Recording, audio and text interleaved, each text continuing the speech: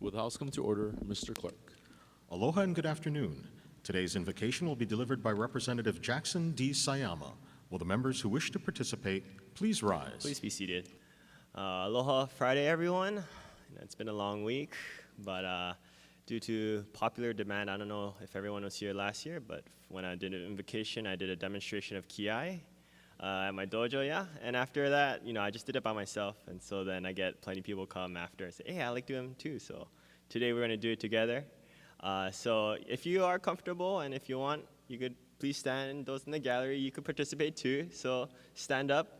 Gonna be easier that way. Yeah. Okay. So just do practice one. So just go and stand up straight. Legs gonna be shoulder width apart.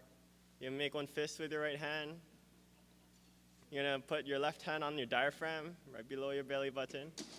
Then you're gonna make one circle clockwise with your right. So the breath, inhale, going up. And then exhale, going down. Okay, one more time. Inhale through your mouth.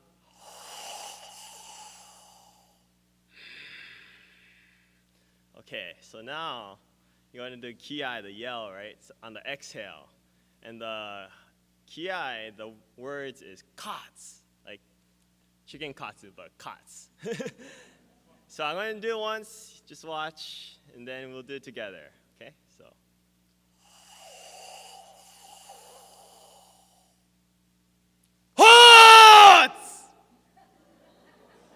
Okay? So just as loud, big energy. Okay. Now that you're all excited, okay, here we go. Inhale.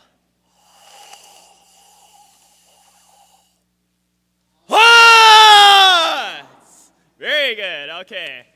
Thank you, everyone.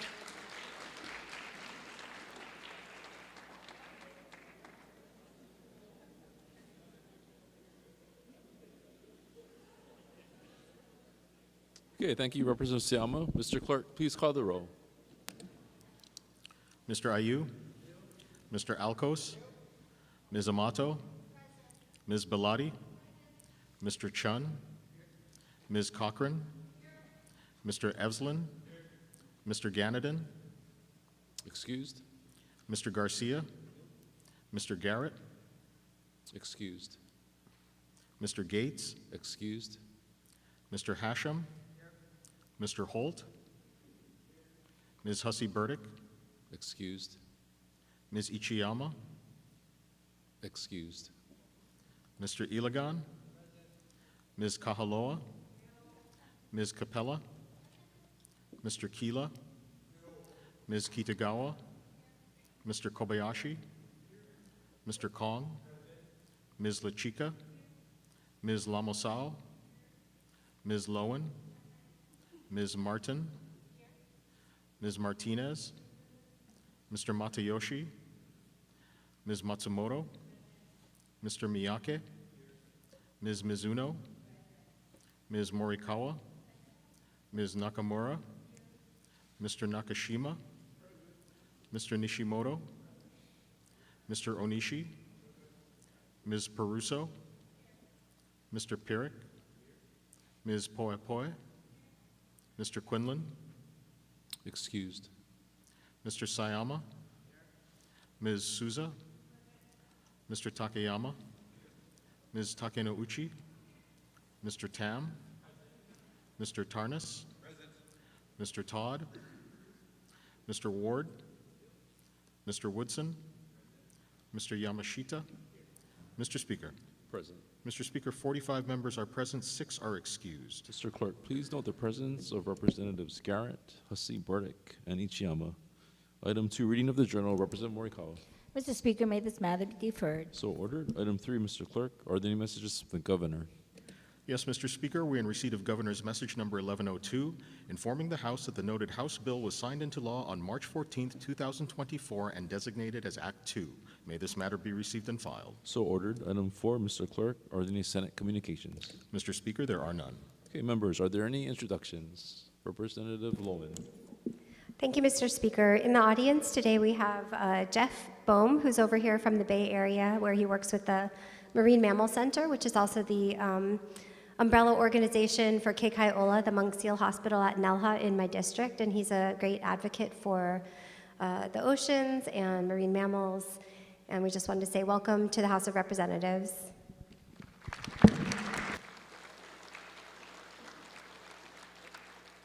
Representative Cochran.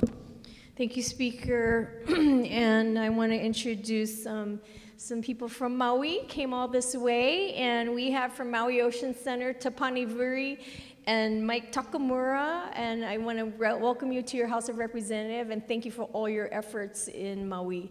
Mahalo so much for you folks.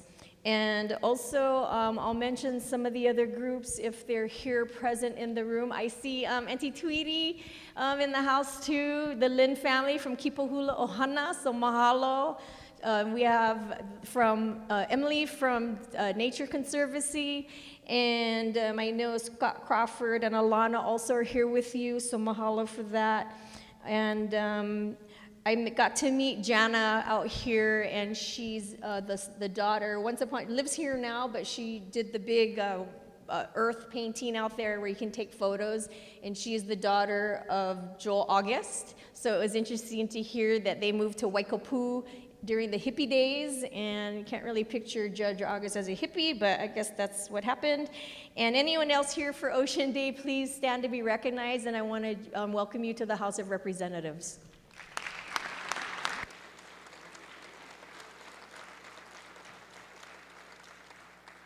Representative Bellotti. Thank you, Mr. Speaker. I wanted to take a moment to introduce teachers from Stevenson Middle School's third visiting 8th grade class with us this year. Please stand and remain standing until I've called your names. Please hold your applause until the names are all called.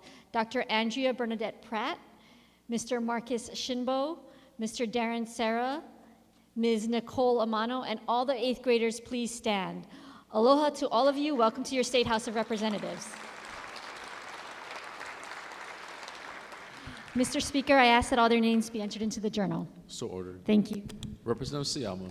Thank you, Mr. Speaker. In the gallery today, we have my wonderful staff. If you may please stand up when I call your name, starting with my legislative assistant, Kimo Barris, my committee clerk, Ashley Yoshikawa, and office manager, Evelyn He. I also like to welcome in the gallery Chair Nakashima's staff as well, and hardworking members of the Consumer Protection and Commerce Committee. So if the staff from Chair Nakashima's office could please stand as well. And finally, Mr. Speaker, last but not least, I'd like to introduce my lovely partner, Agnes Santiano. Welcome to your House of Representatives.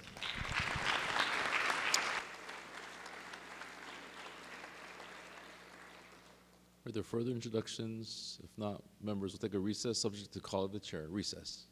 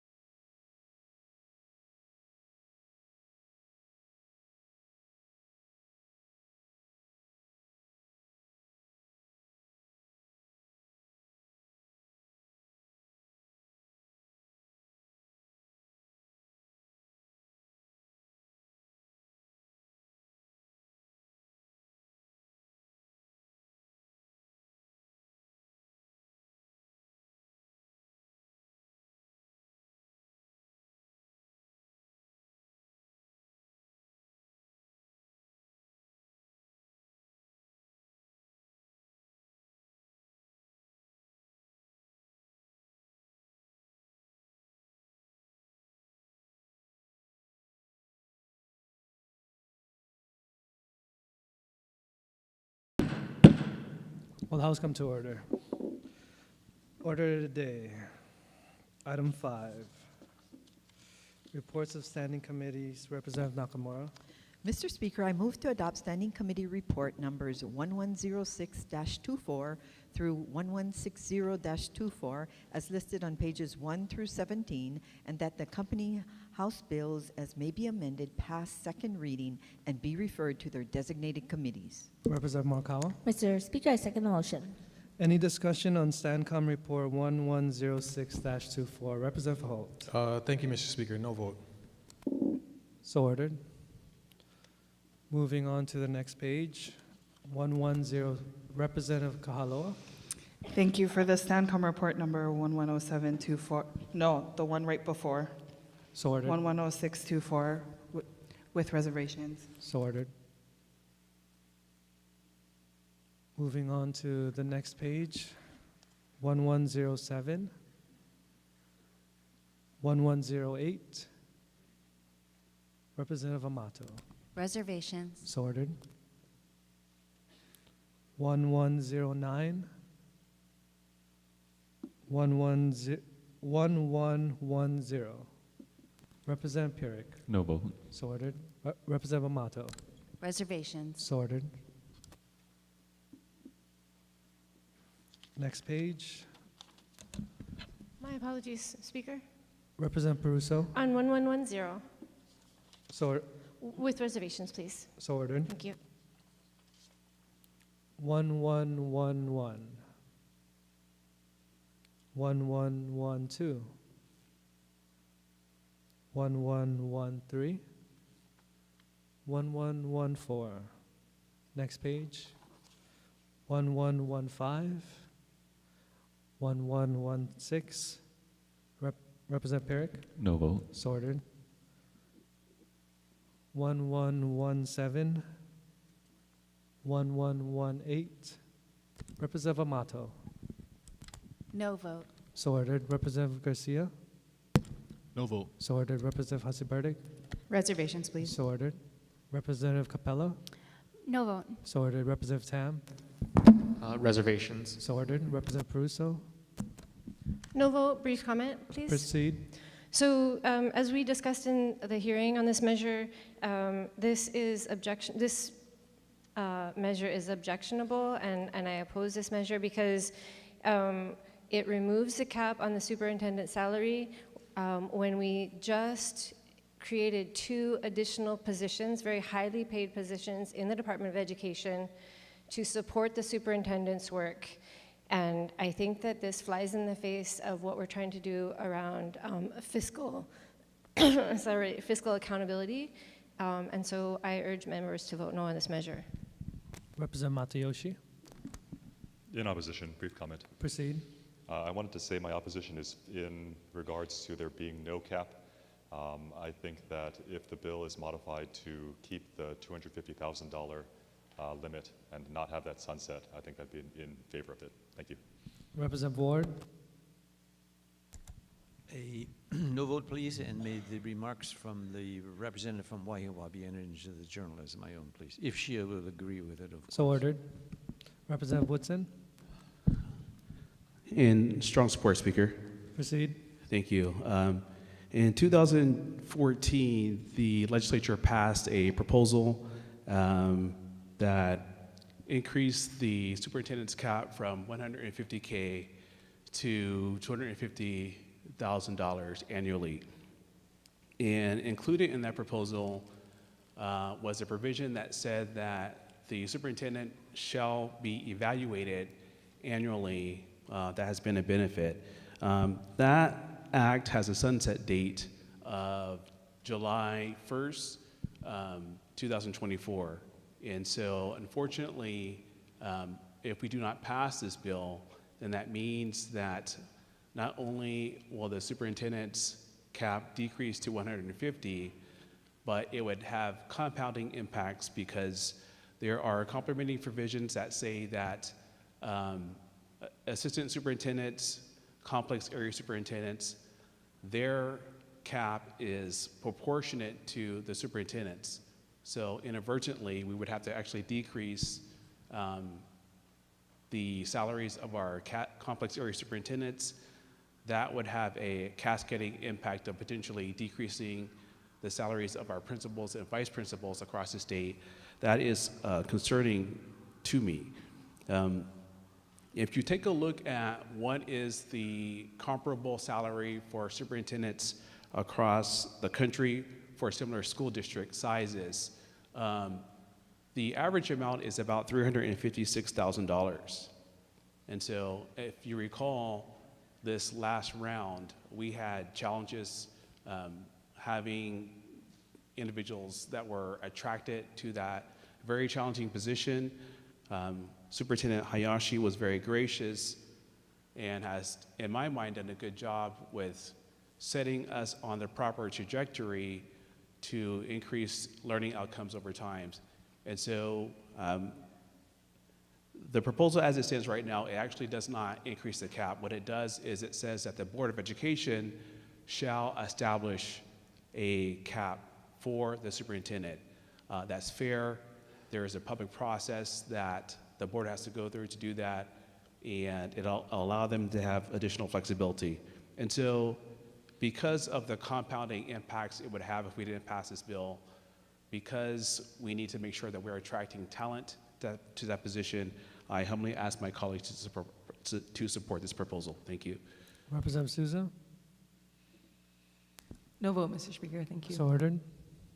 Representative Amato? I'd like to change my vote to reservations, please. So ordered. Representative Ward? Second time in opposition, Mr. Speaker. One thing we have to remember, it's not about the money, it's about performance. I mean, half of our kids can't even read at the third grade level. They can't do math.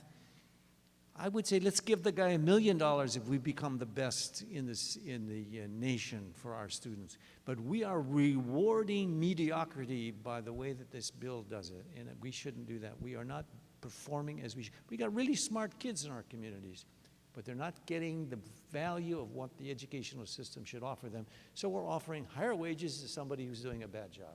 Thank you. Representative Pierrick? In opposition.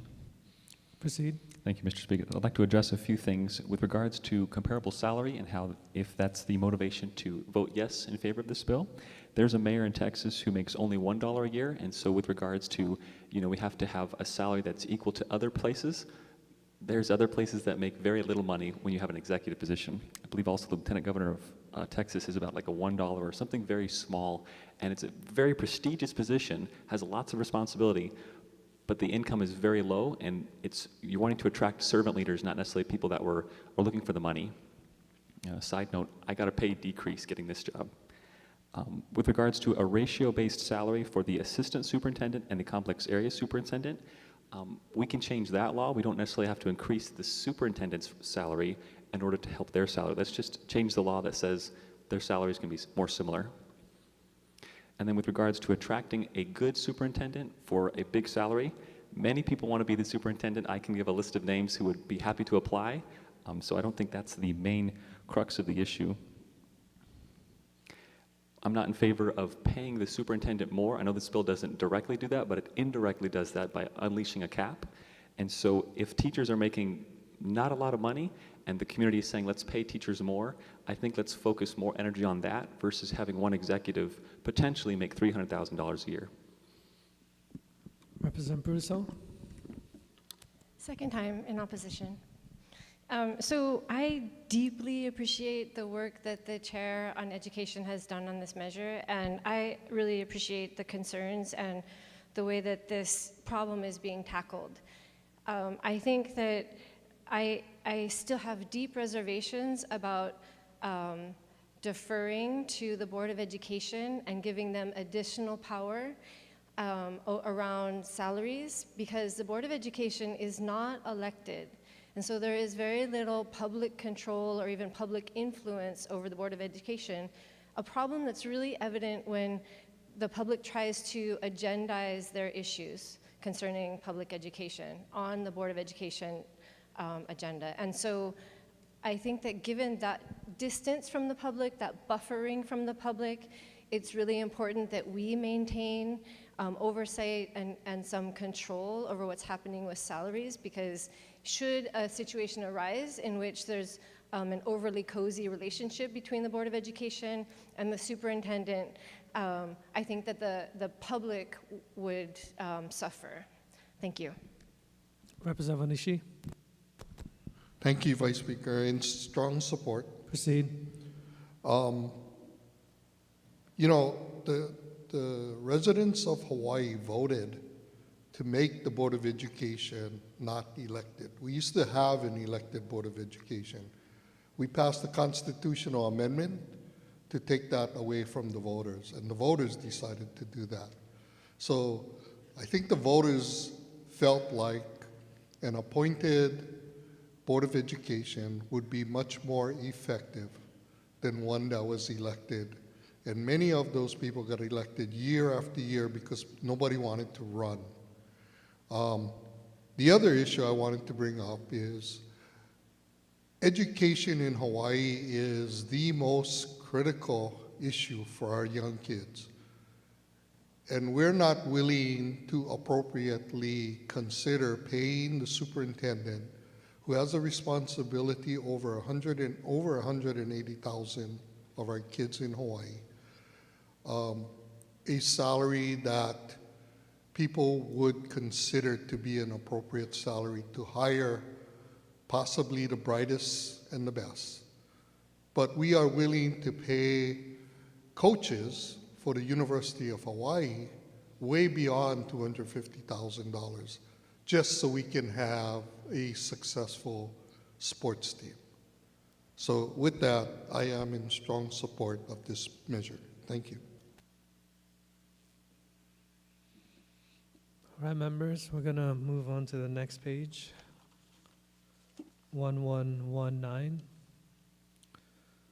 1120, 1121. Next page.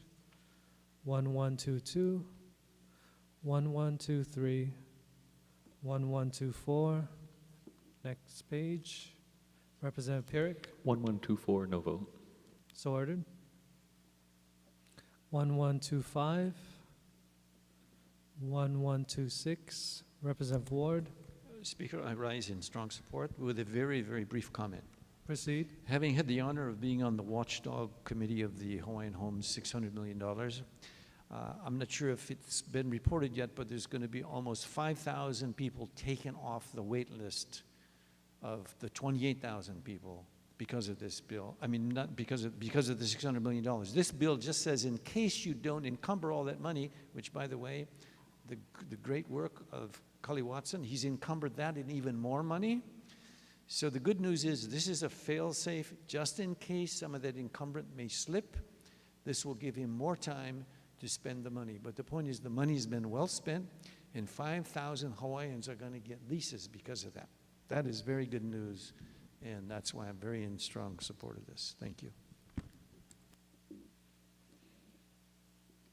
1127, 1128. Representative Souza. No vote, thank you. So ordered. Next page. 1129. Mr. Speaker, Representative Capello. on 1128, Proceed. reservations. So ordered. 1129, 1130. Representative Pierrick. No vote. So ordered. 1131. Representative Hussey Bardick. Reservations, please. So ordered. Representative Kong. Thank you, Speaker. No vote. So ordered. Representative Pierrick. No vote. So ordered. 1132. Next page.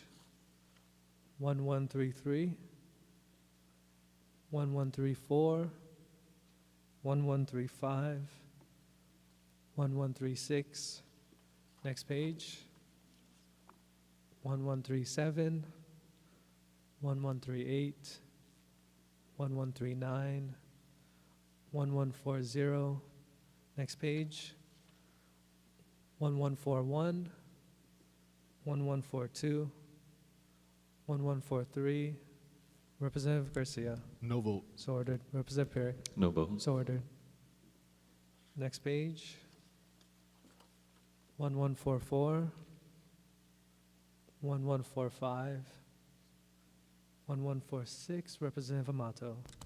On 1145, reservations. So ordered. 1146, Representative Pyrick. With reservations. So ordered. Next page. 1147, Representative Garcia. No vote. So ordered. Representative Alcos. Reservations. So ordered. Representative Pyrick. In opposition. Proceed. This bill expands the conveyance tax to different transactions. Hawaii has some of the highest taxes in the nation. I'm not in favor of expanding conveyance tax. Representative Matsumoto. Reservations. So ordered. Representative Ward. Same request. So ordered. 1148. 1149. Representative Amato. Reservations. So ordered.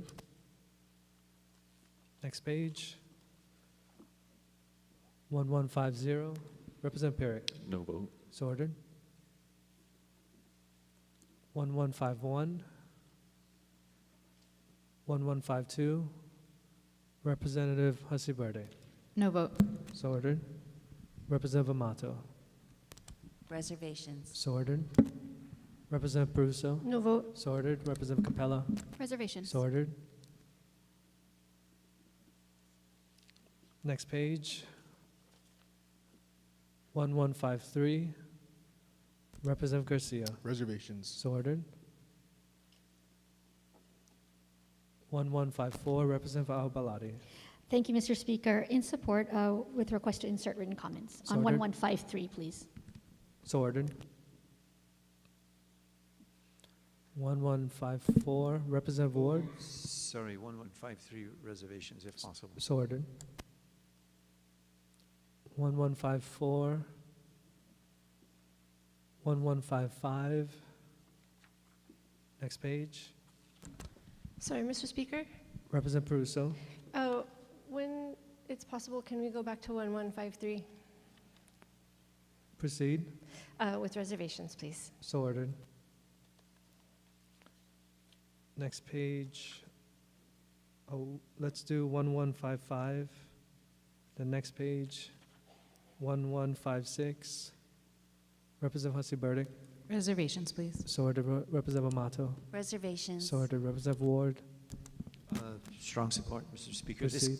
This bill gives naming rights for the convention center, something that we should have done long ago. And you know, I've preached too many times on this floor about the stadium, the Aloha Stadium should be named because there are thousands and millions of dollars waiting to be put up on the marquee to allow us to have less taxpayers' money and more people for naming rights. So I think they're doing the right thing in the convention center. I just don't like the fact that the roof leaks so much and a lot of the money that we save, we push through because of the water factor. But otherwise, this is a good bill. We're finally getting a little bit entrepreneurial. I often accuse the state of being not very innovative or creative. Naming rights should have been done from the get-go, but I hope that this bill will spill over for the naming rights of the, hopefully in Halava, new stadium, not at the University of Hawaii. But I know I'm getting off course with that one. Thank you. Representative Peruso. No vote. So ordered. 1157. 1158. Representative Pyrick. No vote. So ordered. Representative Amato. Reservations. So ordered. Representative Hasiberde. Same request. So ordered. Representative Tam. Same request. So ordered. Representative Capella. No vote. So ordered. Representative Kong. No vote, please. So ordered. Representative Peruso. No vote. So ordered. Representative Garcia. Reservations. So ordered. Representative Alcos. Reservations. So ordered. Representative Hasiberde. Sorry, can I just make a brief comment on my reservations? Proceed. As a matter of procedure, I have a hard time voting in support of a bill that has zero testimony in support. It just feels like we're not really doing the work of the people. Thank you.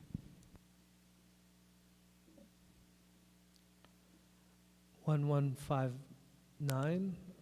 Representative Matsumoto. Sorry, Going previous- back to 1158. Reservations. So ordered. 1159. Next page. 1160, Representative Tarnas. Thank you, Mr. Speaker, and I stand in support of this legislation. This bill is a reasonable, moderate, and measured approach to regulating the legal use of cannabis by adults in Hawaii. I want to acknowledge the diligent efforts of the Attorney General's office and the hard work of my own staff in the Judiciary and Hawaiian Affairs Committee, members of the Senate. Together, we have worked to identify the best practices utilized in other states which have legalized adult use of cannabis. And we tailored the provisions to Hawaii's unique legal, statutory, and societal context.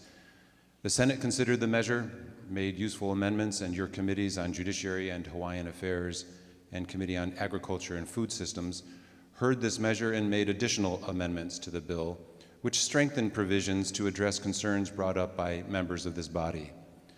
This legislation, as crafted originally by the Attorney General, has 6 main themes to it, or pillars.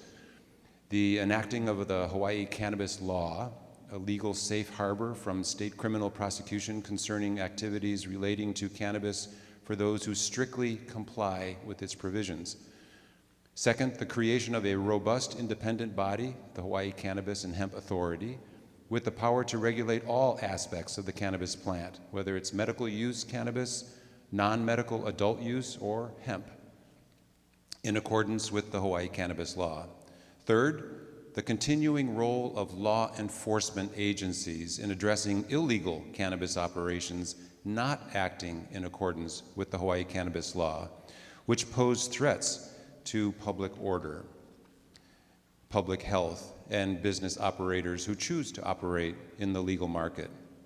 Number 4, a vibrant, well-funded social equity program to be implemented by the Hawaii Cannabis and Hemp Authority with the intent to bring greater economic opportunity to disadvantaged regions of the state and to help transition formerly illicit operators into the legal market. Number 5, a delayed effective date of approximately 18 months for the legalization of non-medical adult use cannabis and the first legal retail sales to allow the Hawaii Cannabis and Hemp Authority, law enforcement, licensees, and the public to prepare. And number 6, the implementation of extensive, well-funded public health protections, including a public health and education campaign to inform the public about the new laws, the continuing risks to public health, especially to children, posed by cannabis, and financial assistance for public health services such as addiction and substance use treatment. So the purpose of this act is to establish the Hawaii Cannabis and Hemp Authority, the Cannabis and Hemp Control Board, and Cannabis and Hemp Control Implementation Advisory Committee.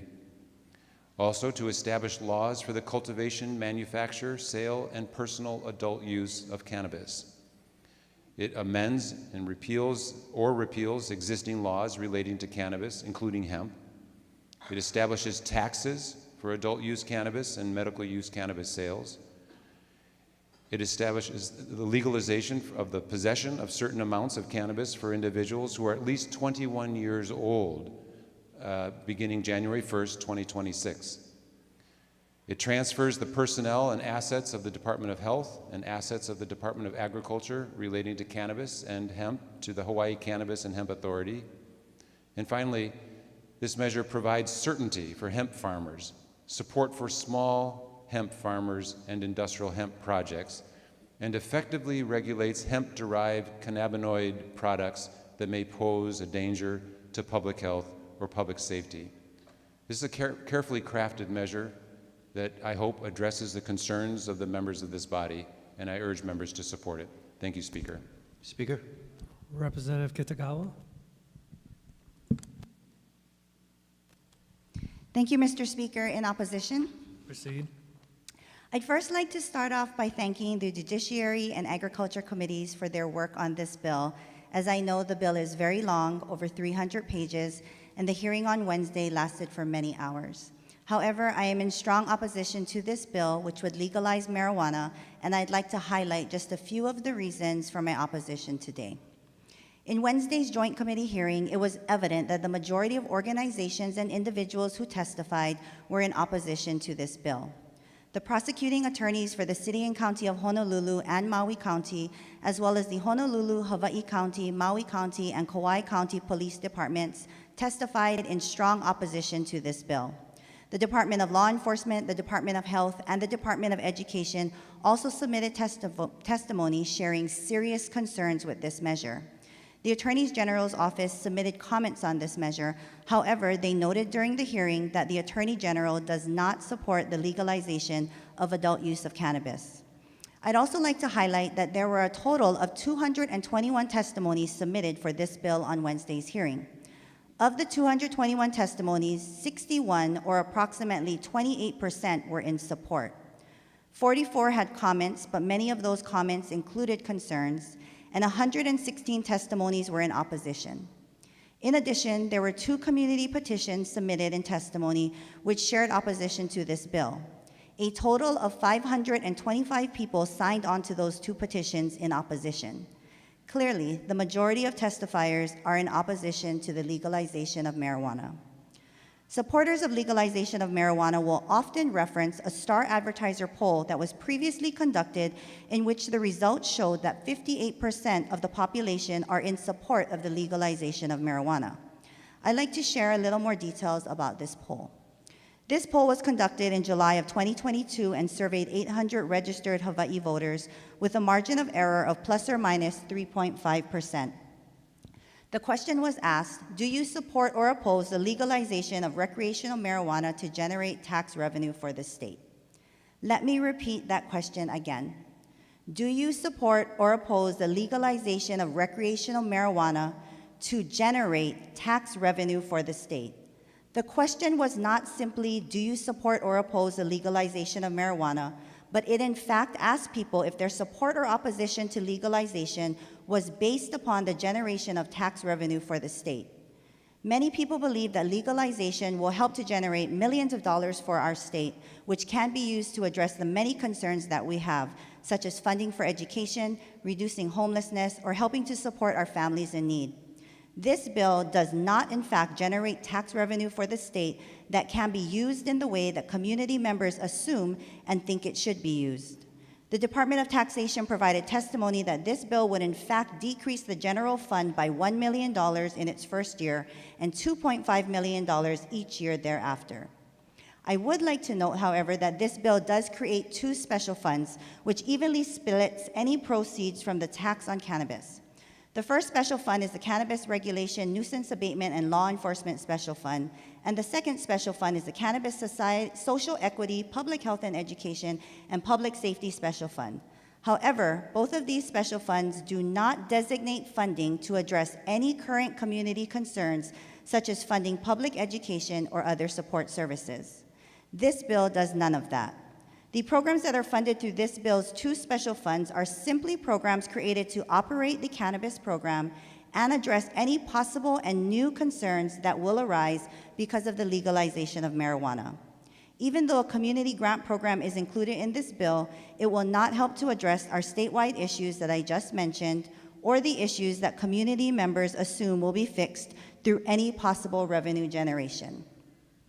Mr. Speaker, there are so many other reasons why I oppose this bill and believe that this is the wrong direction we are headed towards as a state.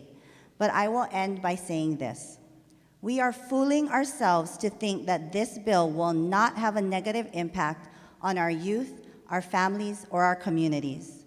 Even though this bill states that legalization is for adult use only for those 21 years and older, it is unrealistic for us to believe that legalization will not increase access for youth or underage use of marijuana.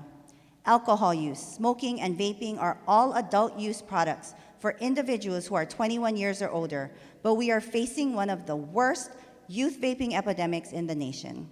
If we can't control youth vaping, what makes us think we can control access to and use of marijuana for our youth? I urge my colleagues to join me in voting no on this measure. Thank you very much. Mr. Speaker. Representative Matayoshi. Thank you, Mr. Speaker. In opposition. Proceed. I want to piggyback on some of what the previous speaker said about finances, which I think is kind of the low-hanging fruit reason to vote against this bill.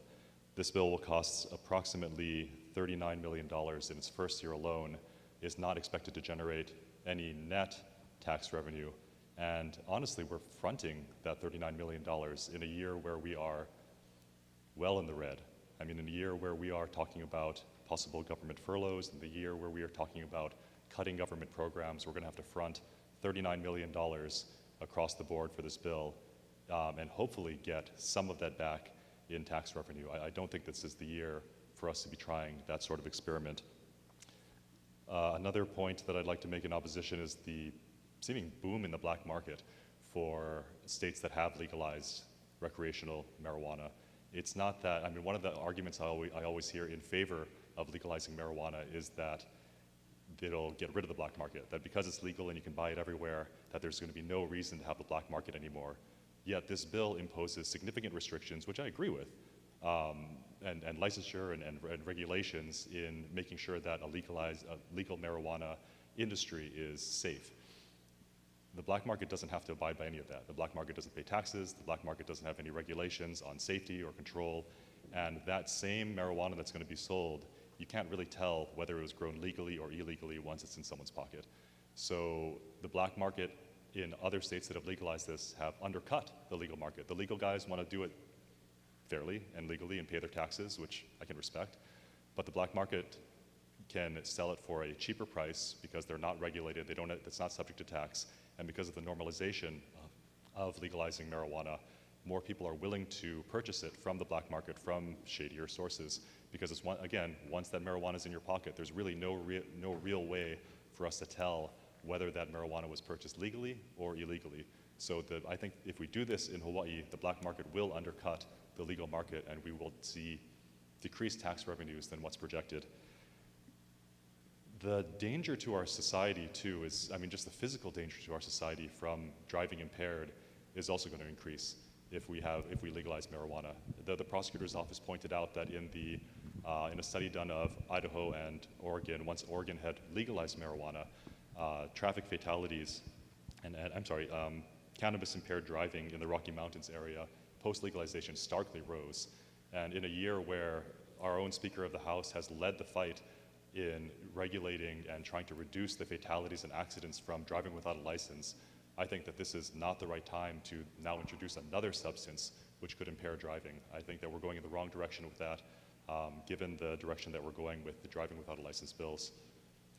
The impact on tourism, I think, cannot be understated. I think every single person in this room has sign waved at one point or another, probably excessively. And we've all had that car drive past us and it just hits you right in the face.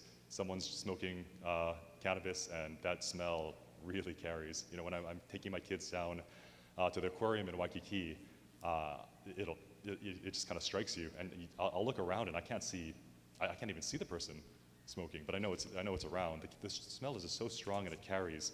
I understand that there are proposals to keep it out of Waikiki, keep it out of high tourism areas, but that will require a massive crackdown. And I don't think that law enforcement has frankly, the personnel in order to do that. And I think that that's going to lead to just a lot more arrests and a lot more people in jail, which I don't think that the introducers of this bill intended. Speaking of law enforcement and not having enough people, this bill requires a fairly large number of law enforcement officers to be hired to regulate this industry, which again, I think is the right direction to go if the state is to do this. I appreciate the Judiciary's chair's efforts in making sure that there is a robust law enforcement division and branch to regulate this industry were we to legalize it, but we just don't have the people. You know, we're already short how many officers. If we're to put this up, and even if it's delayed 18 months, if we can't hire and fill all those positions, which as a labor chair, let me tell you, is not an easy task to do. Mr. Speaker. Representative Garrett. I yield my time. Thank you. If we can't fill these positions, we're going to have to take the officers elsewhere. We either have two choices. We can take the officers from elsewhere, and we're going to have even fewer officers on the crimes currently plaguing our communities, or we're going to have to try to do this, legalize marijuana with fewer officers in the marijuana division, which I think is going to lead to disastrous results. So I don't think there's a good way out of that situation, unfortunately. And my last point I just want to leave you with is it's still federally illegal.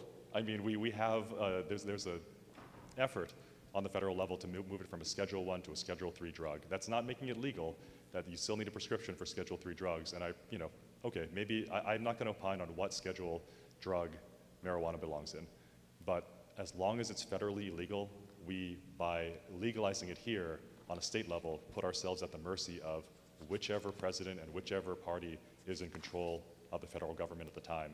And I do not want to subject our state to that kind of uncertainty ever. Thank you. Speaker Representative Kobayashi. Mr. Speaker, I rise in opposition. Proceed. My opposition is based on public health concerns. Most of you don't know that I've sat on the Health Committee almost continuously during my entire career, including serving as chair of the Senate Health Committee for 8 years. This legalization of marijuana is a public health disaster. First of all, it is a powerful, mind-altering hallucinant and intoxicant, which alters the brain, especially amongst young people, up until their mid-20s or so, as the brain develops until that age. It produces, among other things, all kinds of psychological and psychic disorders, including schizophrenia, depression, hallucination, lack of motivation, and this is especially so amongst young people. Its effect on driving is dramatic. Driving is a zero-error activity, but marijuana impairs perception, vision, motor coordination, and makes people vulnerable to less attention. In the state of Washington, marijuana driving deaths doubled in the 1 year after legalization. In Colorado, 1 out of every 8 traffic fatalities are marijuana related. Suffice to say that marijuana also has other intended consequences, such as to produce opposition from the American Medical Association, the American Cancer Association, the American Academy of Pediatrics, the American Lung Association, American Epilepsy Society, and many other health and medical organizations, both statewide and nationally.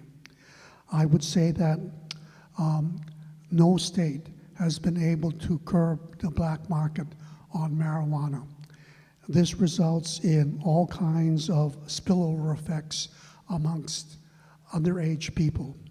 And I would note that underage people are particularly susceptible to the mental and mind-altering effects of marijuana.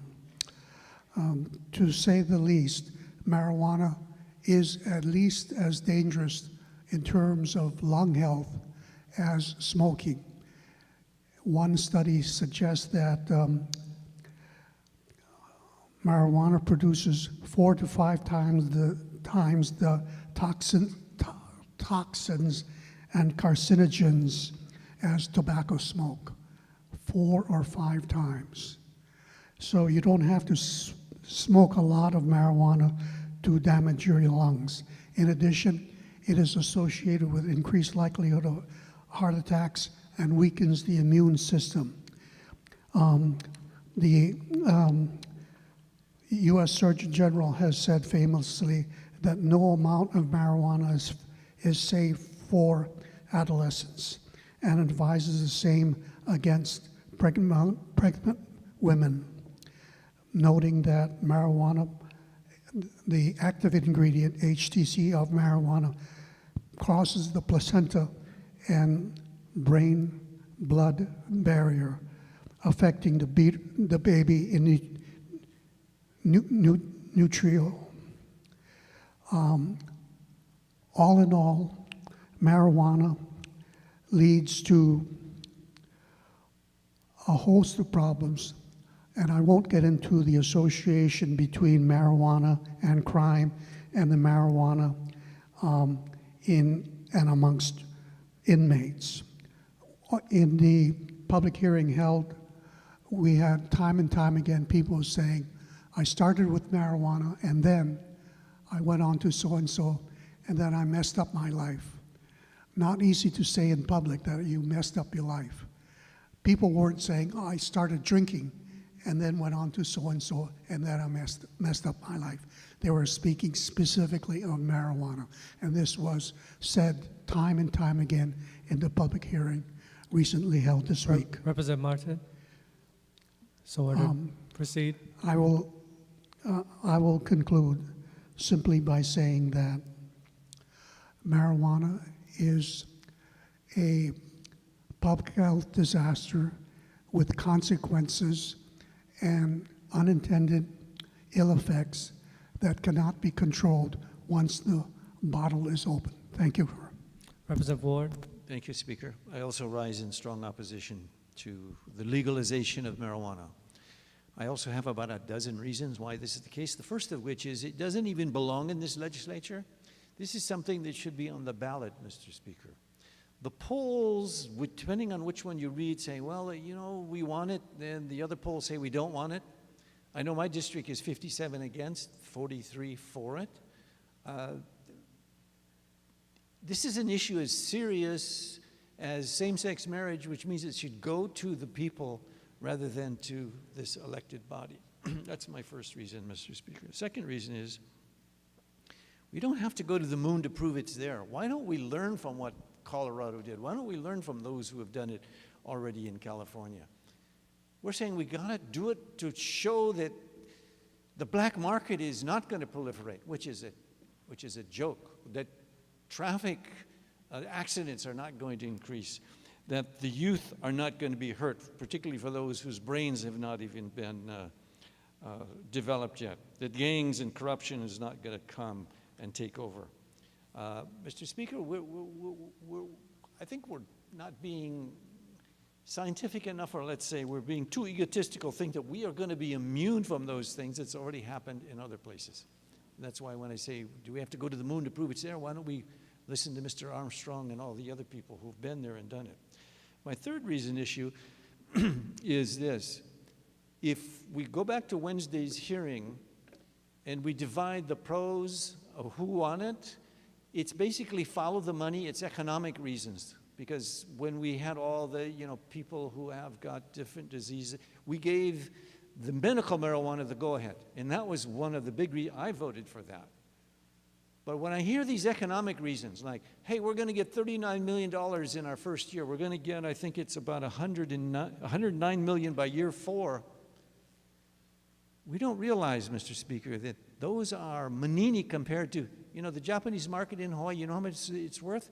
$2 billion. Even if, when prosecutor Aum says, the Japanese have told him, very reliable sources from Japan and in Waikiki, you guys legalize marijuana, our Japanese visitors, okay, we've got a little bit of a humming sound here. The Russians are, no, I was going to say that the cartels and the Chinese. Back to the bill, Representative Ward. Well, let's go back to the bill. When they said the Japanese are not going to come, that's a $2 billion market, Mr. Speaker. 39 million is chump change, chicken feed, compared to even if only 25% or 50% of the Japanese don't come. We're risking big money. And the other thing was, and it was brought out in the hearing, DHERD said because of the federal money and the prohibition at the federal level, you guys pass a bill like this, we may jeopardize millions of dollars of federal funds. And you can ask the chair of finance. Federal funding is a big part of our budget. We get a lot of money from transportation and all the other Department of Hawaiian, the DHS, the social factors. The point is, Those who are for it are saying follow the money. And if you look at the downside of it, and I'm not even talking about the mental illnesses that come from it, or the traffic deaths that happen from it, for what all the police departments have said about us. So let's dispense with this money. The other argument they give is that, well, we're going to decriminalize these people. You know, we got a sort of a thing that we want to expunge. We can do that separately. You don't have to legalize marijuana to say we're going to expunge and we're going to protect the lives and the reputation of these young people. And Mr. Speaker, if you look at marijuana now and how it's practiced or enforced, it's already legalized.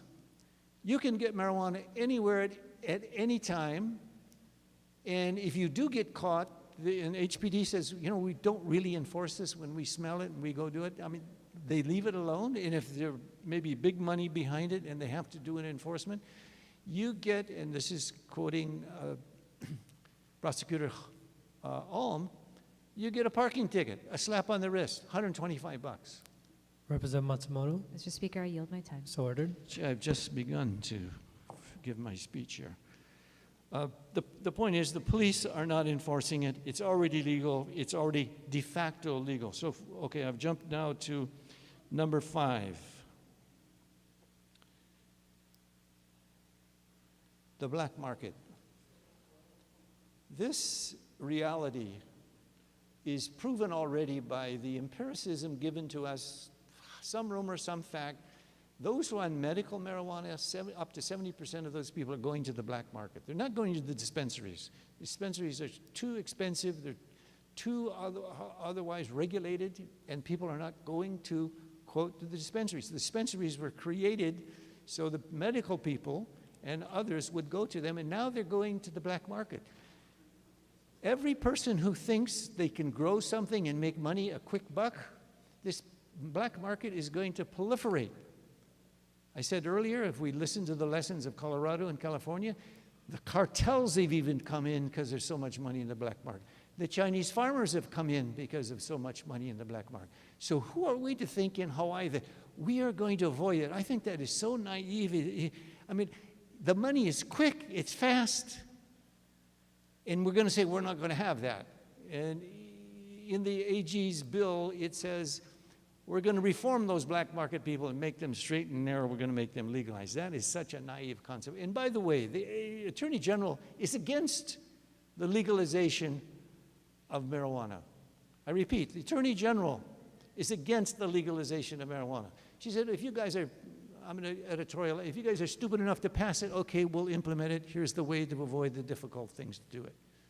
But the AG herself knows that the public safety issues, which the police departments of every county have said is a no-no. Mr. Speaker, that's playing with fire. Let me move on to number 8.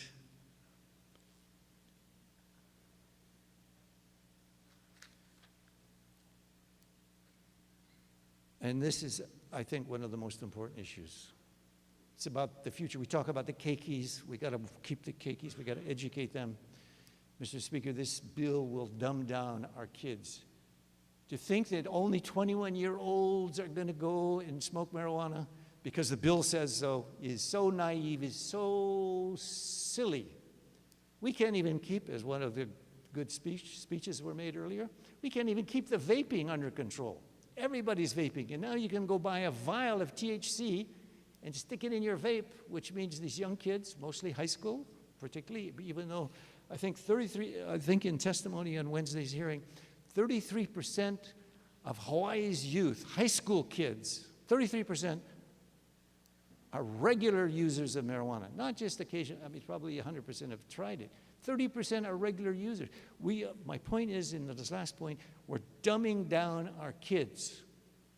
Do we want a stupid Hawaii? I don't think so. So for the sake of the youth, we should be totally against something like this. And it's so naive to think that this is going to be avoided because we can control it. We can't even control fireworks. We can't control vaping. We can't control the illicit market for cigarettes.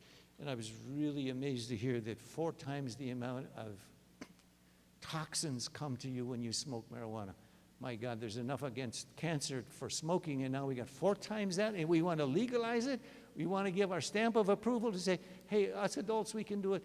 We're sending the signal to the young kids, hey, it's okay, mom and pop do it, you can do it also. So in conclusion, Mr. Speaker, this bill will jeopardize our future.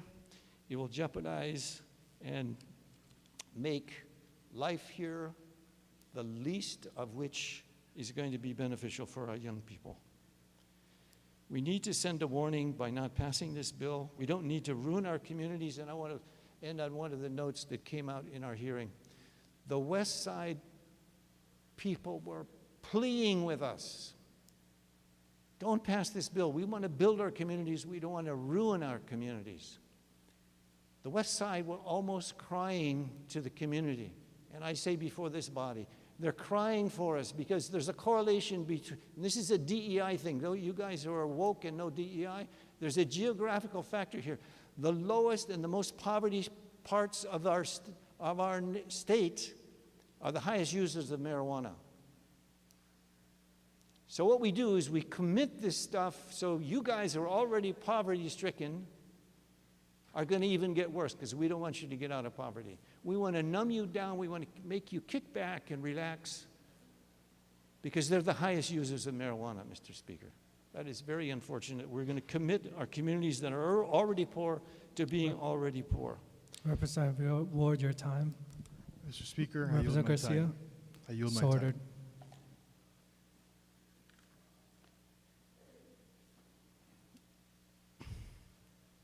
Okay, I've run out of time. I don't think that our constituents want this. If everybody did a poll, you would see, because they know that some of the things that are going on, by the facts coming out about the dumbing down and the other issues, Mr. Speaker, I think we'd know that this is not the way that we would be, as those who push the economics, we would be penny wise and pound foolish. Those who push the recrimination, we can expunge these records whatsoever. And lastly, Mr. Speaker, we don't want to be penny wise and pound foolish, and we must know that this is an election year. People are paying attention to us, and I would hope everybody in this room would get closer to their constituents, because numbing and dumbing down the people of Hawaii is not the future of this great state. We have great potential, but this is one of the steps backward against the people of Hawaii rather than for the people of Hawaii, which is why we are here and what we are supposed to be, for the people of Hawaii. This bill goes in the opposite direction. Other than that, I have no strong feelings about the bill. Thank you, members, for your passionate speeches. I do want to remind you all that we are going through second reading, and this bill still has to go through CPC and FIN. Representative Todd. Thank you, in support.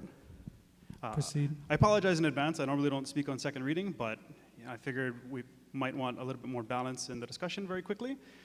I think it's very possible to have a respectful debate on the merits of the measure. I think it's very fair to say that there will be unintended consequences and some harm produced through legalizing. But I would also note that there's a lot of harm in not legalizing. And the real question is, where do you find that balance? And we have to make a policy call on whether legalization is more harmful than prohibition.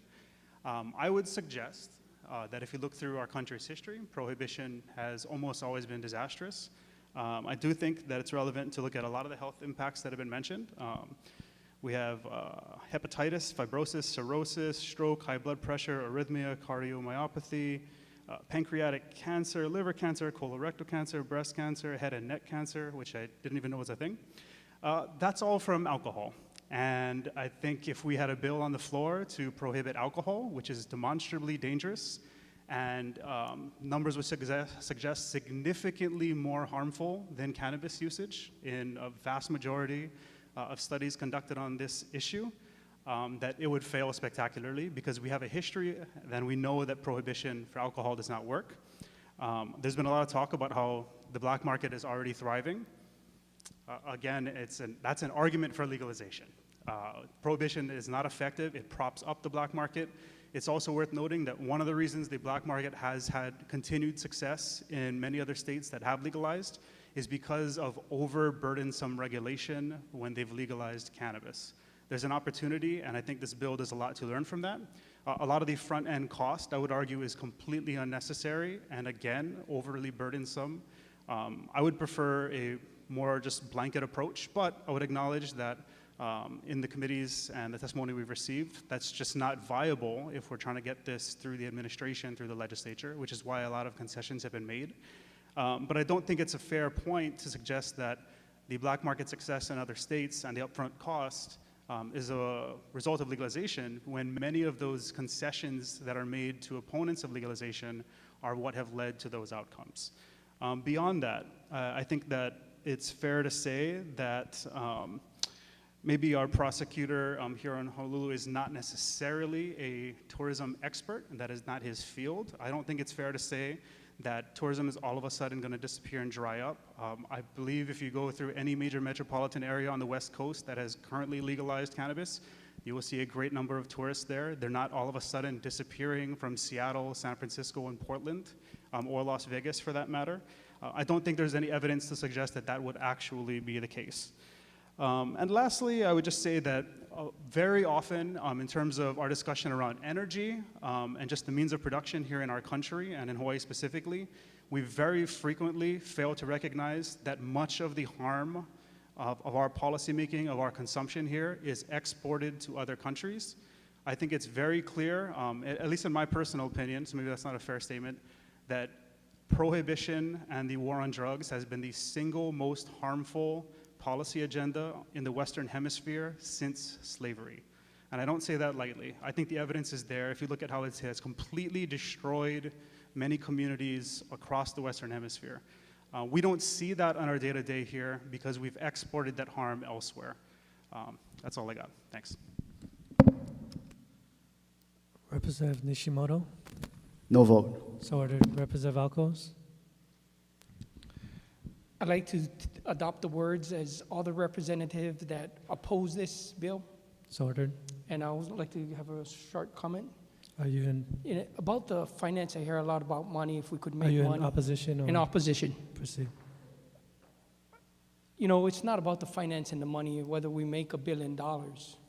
Life that we're trying to save doesn't have a price. That we want to come in and try to say that, hey, we can make $500 million if we pass this bill and help our state, but yet we're going to kill one of our family members. We are here in the Capitol. I'm joining as a representative here in the House for my community to save life, to make a valuable, a strong community. But having this inside our schools, in our parks, I know it's about adults, but it's not helping our community. I don't see it. You can already get medical use of it, you know, and making it legal. I feel that this is going totally the opposite way, and we should never look at money just because the state can make money, and that's why we want to go in this direction. It should never be about that. It should be about how can we help families. Thank you. Representative Garcia. No vote. So ordered. Representative Amato. Thank you, Speaker. I rise in strong support. Let me be clear, marijuana is medicine. I realize this is a sticky issue, but it resonates with me because as a stroke survivor, I would rather have the opportunity to use THC to relieve my severe constant pain than to use the opioids. Yet my health insurance will not cover a 329 card, and the 329 process is unattainable for many. My health insurer will not even give me a 329 examination to get a card, nor cover marijuana as a prescription, but it's willing to hand me opioids like they're candy. It is a fact that marijuana saves lives. In Colorado, after legalization, opioid deaths were reduced by 6.5%. Violent crime was reduced, and of course, critical revenue was raised. I don't need to remind you all of the revenue, but anyway. The buzz is that traffic death rate statistics are invalid, as there is a clear lack of disambiguation of variables in traffic reports reported as cannabis fatalities, as alcohol was not separated as a variable. Officials like the AG and the county prosecutor should be precise and scientific when presenting potentially statistically biased arguments to the legislature if they're to be taken seriously. They were not. This is about more than revenue arguments. We need to recognize that for too many people that have been sent to jail for simple marijuana possession at enormous cost to our society in lost wages, family disruption, incarceration costs, the loss of jobs and income tax revenue. Teen use of synthetic Delta-8 THC is actually higher in states without legalized marijuana. Decriminalization was just gutted in the Senate just today. Yet also today, Democratic Vice President Harris said nobody should go to jail for smoking weed, and people will continue smoking it. In January, U.S. Health and Human Services Secretary Xavier Becerra defended rescheduling marijuana based on science, not reefer madness propaganda scare tactics that we have been hearing.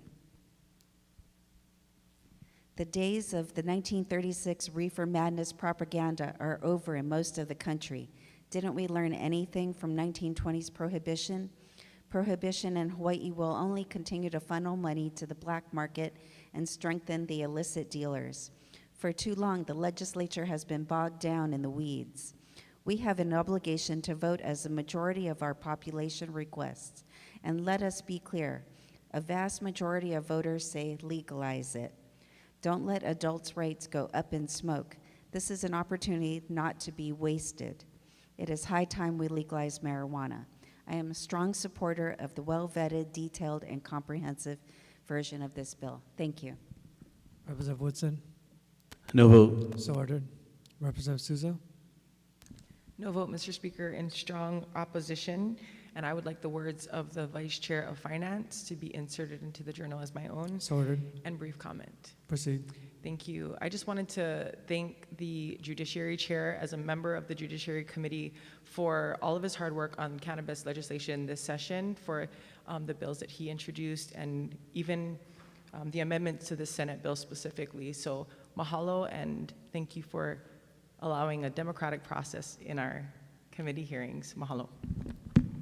Representative La Chica. Mr. Speaker, no vote. So ordered. Representative Keela. Mr. Speaker, opposition. Proceed. Mr. Speaker, as the representative from Kuapa, or as commonly known as Hawaii Kai, has shared, the west side of Oahu faces social disparities. But on the east side of Oahu, they are much more affluent. But this issue transcends class and finances, where there are folks in opposition on both sides.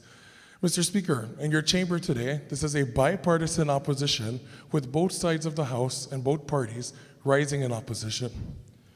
Mr. Speaker, Oregon was hailed as the forefront and the forefounding of marijuana legalization, and within the last 2 weeks, headlines have read, they are now rolling back all prohibitions that they have caused, and they have unleashed a monster that they can no longer control.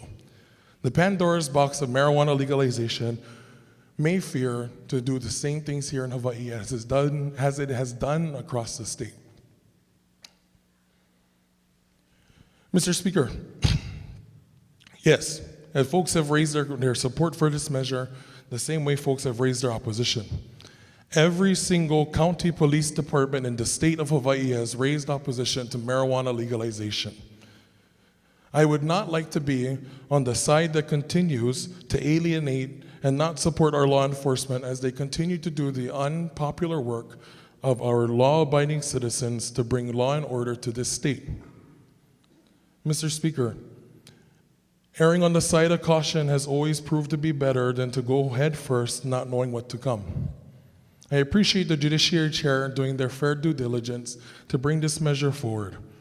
But in today's circumstances and what we are currently facing in Hawaii, there is no way I could support this measure. And for the folks that have stood in opposition and provided testimony, I stand in opposition for those reasons. Thank you. Representative Takayama. In support with reservations. So ordered. Representative Kong. In opposition, and I'd like the words of the representative from Kapolei as if they were my own. So ordered. Representative Sayama. With reservations. So ordered. Representative Takanouchi. No vote. So ordered. Representative Ichiyama. No vote, and may I have the words of the Vice Chair of Finance inserted to the journal as if they were my own. So ordered. Thank you. Representative Matsumoto. Same request. So ordered. Representative Lamasao. No vote. So ordered. Representative Chun. No vote. So ordered. Representative Martinez. No vote. So ordered. Representative Perrick.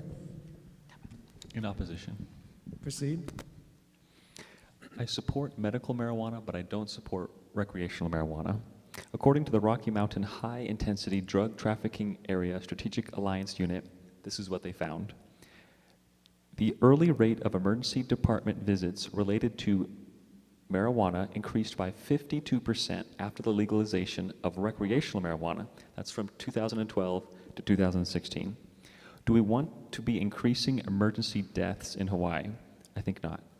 The percentage of all Colorado traffic deaths that were related to marijuana increased from 11% in 2013 to 21% in 2017. Do we want to be increasing traffic deaths in Hawaii? I think not. Where marijuana is commercially available, companies are going to market it to drive up the profit and to try to get as many users as possible, even if only a certain percentage of users are problematic. That number of problematic users will go up when the number of people using marijuana goes up. I have close family members who are hurting their lives by using legalized substances in Hawaii and in California. The majority, so legalized alcohol in Hawaii, legalized marijuana in California. The majority of testimonies submitted in committees are against this legalization. I sent out a survey to my district, hard copy mailers, also digital copies and emails, and then a QR code for the younger folks to use that digital option on the hard copy mailers sent to their homes. Over 60% of my community voted no. Elijah, please don't give your yes vote to this bill. I'm listening to my community. I'm going to vote no. I'd like to thank the words of the vice finance chair and the District 20 representative. I don't think the pros outweigh the cons in this issue, and I'm going to be voting no. Representative Garrett? No vote. So ordered. Representative Ayu? No vote. So Brief ordered. comment? Proceed. No, please. Representative Capello? Thank you, Mr. Speaker. In strong support, Proceed. I just want to take a moment to thank the Chair of Judiciary for having the political courage and the will to be able to bring this measure over from the Senate and to craft a really wonderful piece of legislation that provides a pathway forward for legalization, but also creates the guardrails that are necessary if we are going to legalize. I do believe that one day legalization will be a reality. I think that it's important that we have a pathway forward to ensure that our local growers, our people that can become a part of this industry, that our medical industry can thrive, and I think that this bill allows that as well. Beyond that, I would also just like to say that this is not new. There are states across the country who have done this, and we are in no way leading the charge. We're trying to find, I think, a smart and possible way to ensure that legalization can happen in our state before we have big multi-state organizations come here and really take away our potential to help our local industry. Beyond that, I'm just gonna say that people are smoking marijuana and cannabis. They're going to continue to smoke cannabis, and I think that we cannot continue to jail people for smoking a plant. Thank you.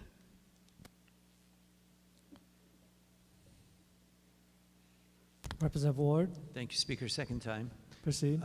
Two words that come to mind. One, the prohibition word. It's being misused. It's got the Al Capone In opposition? imagery. Of course, in opposition, strong opposition.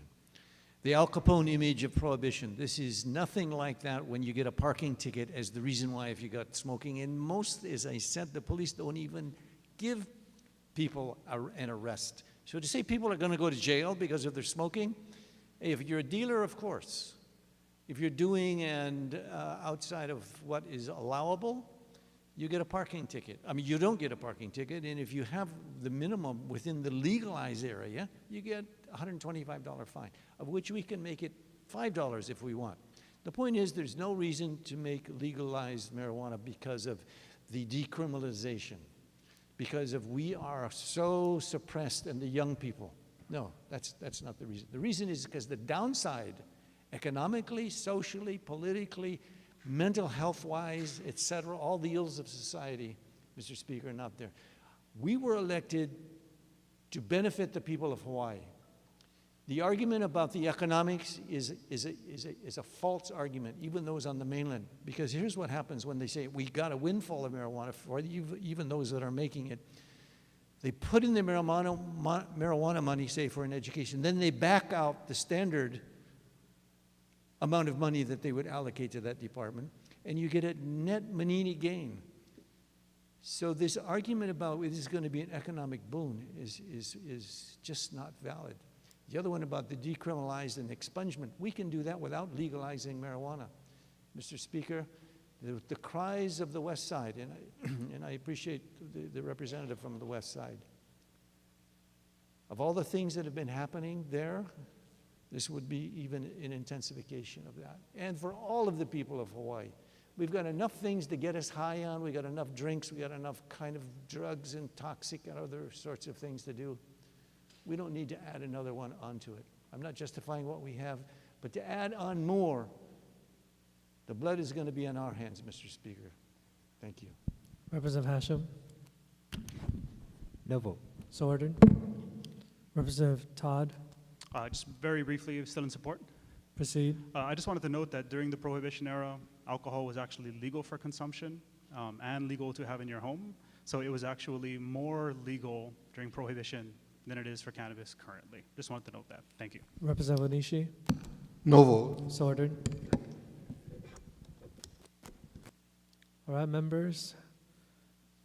Just a friendly reminder that we're voting on SCRs from page 1 to 17. So I'll be calling a voice vote. All those in favor say aye. All those opposed say no. The motion is carried. Item 6, members, are there any announcements? Representative Matsumoto. Thank you, Mr. Speaker. Just a reminder that today is the last day to get in your ballot for the Easter Bunny and Easter Chick. So if you haven't turned it in yet, please turn it in to my office, room 302. Thank you. Any further announcements? Members, for adjournment, Representative Morikawa. Mr. Speaker, I move that this House stand adjourned until 12 o'clock noon, Monday. Representative Garcia. Mr. Speaker, I second the motion. All those in favor say aye. All those opposed say no. The motion is carried. The House stands adjourned until 12 noon Monday.